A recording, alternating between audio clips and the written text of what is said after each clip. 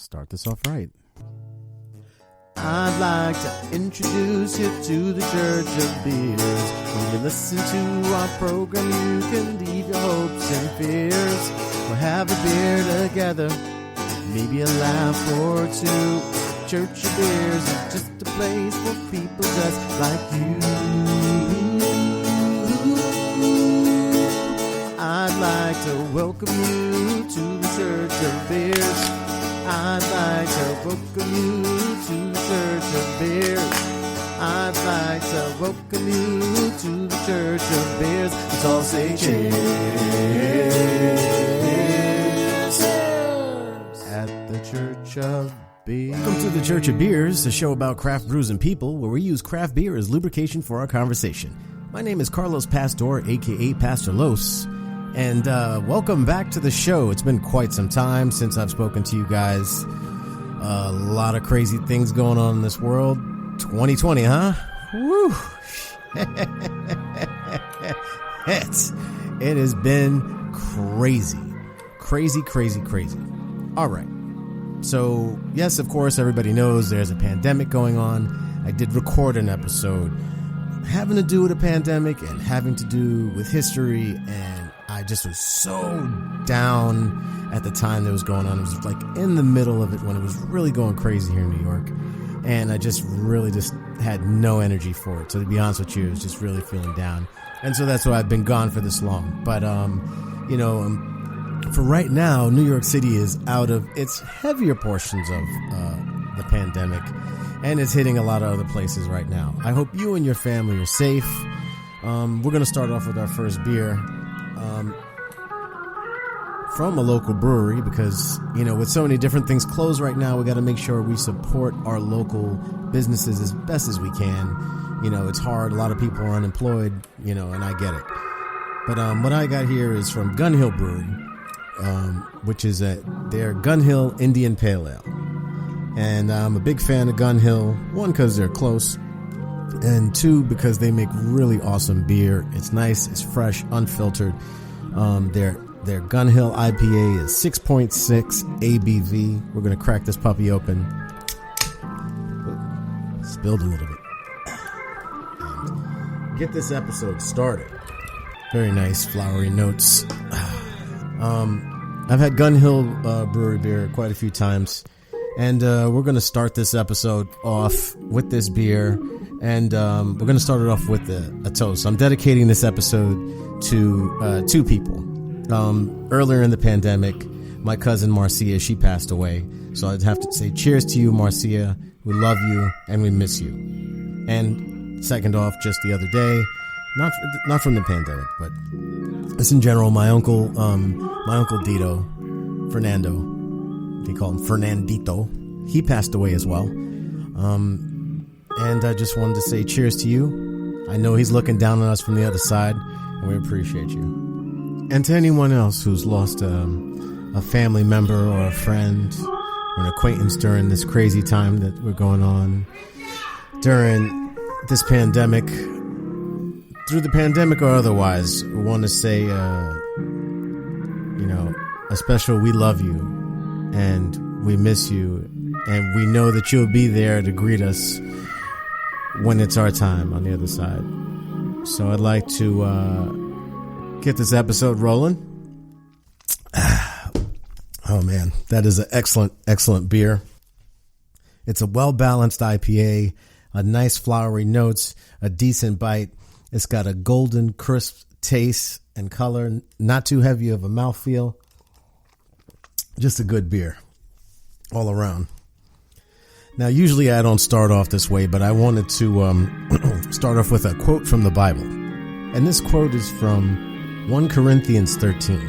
And it goes, "If I speak in tongues of men and of angels, but have not love, I am a noisy gong or a clanging cymbal. And if I have prophetic powers and understand all the mysteries and all the knowledge, and if I have all the faith so as to remove mountains, but have not love, I am nothing. If I give away all that I have, and if I deliver up my body to be burned, but have not love, I gain nothing. Love is patient and kind. Love does not envy or boast. It's not arrogant or rude. It does not insist on its own way. It's not irritable or resentful. It does not rejoice at wrongdoing, but rejoices with the truth.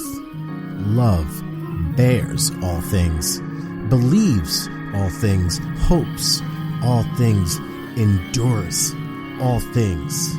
Love never ends. As for prophecies, they will pass away. As for tongues, they'll cease. As for knowledge, it too will pass away. When I was a child, I spoke like a child. I thought like a child. I reasoned like a child. But when I became a man, I gave up my childish ways. For now we see in a mirror dimly, but then face to face. Now I know in part that I shall know fully, even as I have been fully known. So now faith, hope, and love abide, these three. But the greatest of these three is love. And why do you think I went there? Why do you think I read this passage out? Is because that's one of the big things right now. We're dealing with this pandemic, and I feel that one of the main things that's going to help us get through it is a certain amount of love.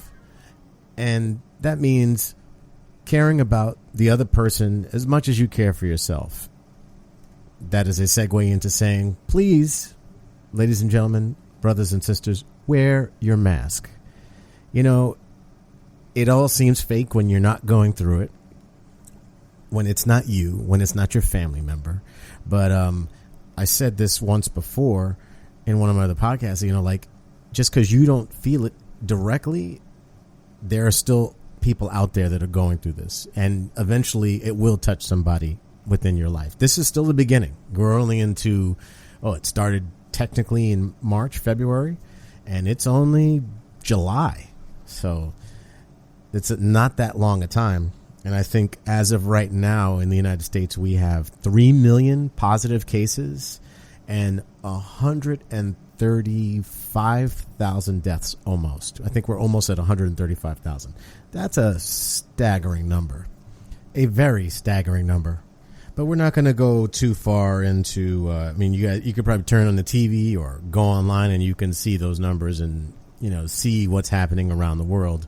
Mostly here in the United States, we're being hit. We're one of the hardest hit countries because of people that refuse to either, one, they don't know history, or two, they're trying to ignore it. Like, and it's funny. And I started doing research about this. The parallels are crazy. Like, literally, who said, hey, maybe you should drink bleach or take disinfectants. And back in 1918, during the Spanish flu, people actually said that same shit. But that was 100 years ago. That was prior to even knowing what viruses were, to give you a concept on how long ago that was. Ventilators weren't even a thing. That didn't even exist at the time. Shit, cars had only came onto the market not too long before that. So to give you an idea on how long ago, and still some idiot said, hey, why don't you drink bleach or inject light into your body? Which is going to bring me to my next quote is, those who don't learn from history are doomed to repeat it. Now, you've probably heard that saying before, but I mean, shit, here we are. 1918 to 2020, or when it had started in 2019, 101 years ago, 102 now, people went through something exactly the same. And ironically, if you go back and look at the history, the thing that they did to protect themselves eventually was wear mask and social distance. So crazy stuff. Pretty simple way to try to keep you and your family members alive, or other people's family members. Because again, it's not just about you, it's about the other person around you. That being said, I'm going to go into the whole point of this podcast is not just to talk about what's going on now, but to kind of give a little lesson on history. So I'm going to take you back to 1918. But before we do, I already finished my last beer. So I got another one from Gun Hill. This one is called That's What's Up. DASWASSUP. That's What's Up. It's a New England IPA, 7.5 ABV. Oh, man. And I'm going to give this puppy, pour it into this glass.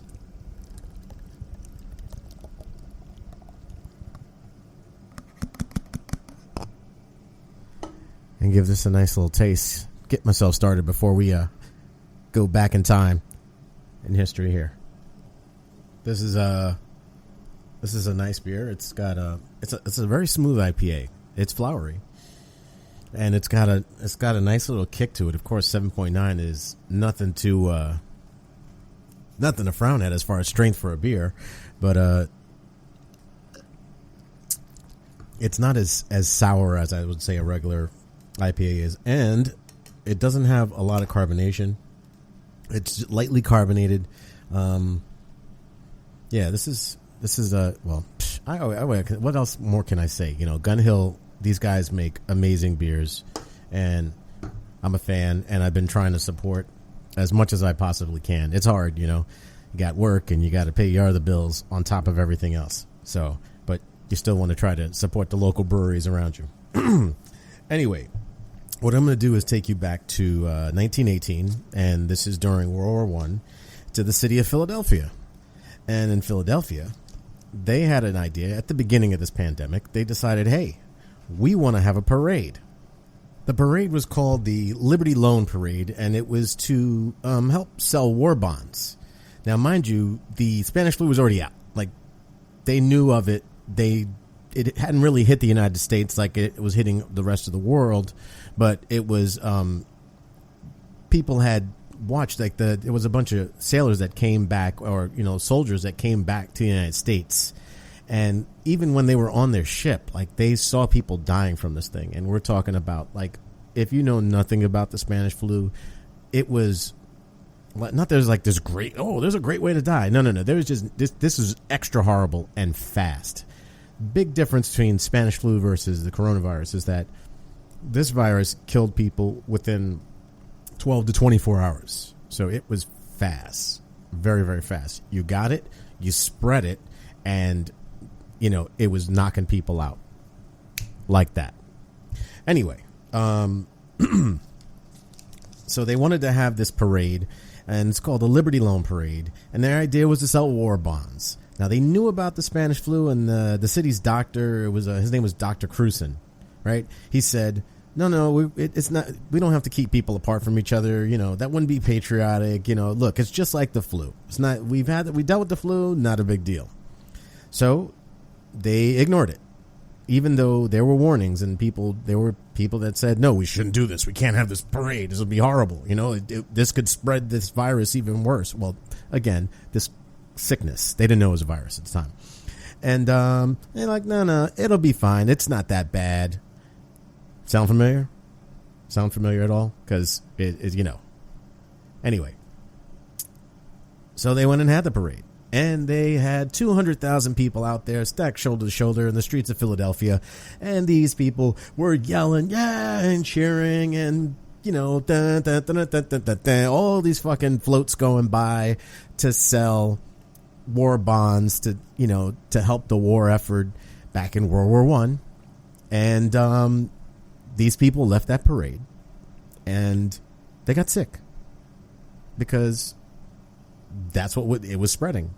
And that's the way the Spanish flu was. It was quick. So, by the time, let me see, it was in the midsummer when this happened. The Liberty Loan Parade happened. And after this parade, they estimated that about 500,000 people were infected in the city of Philadelphia.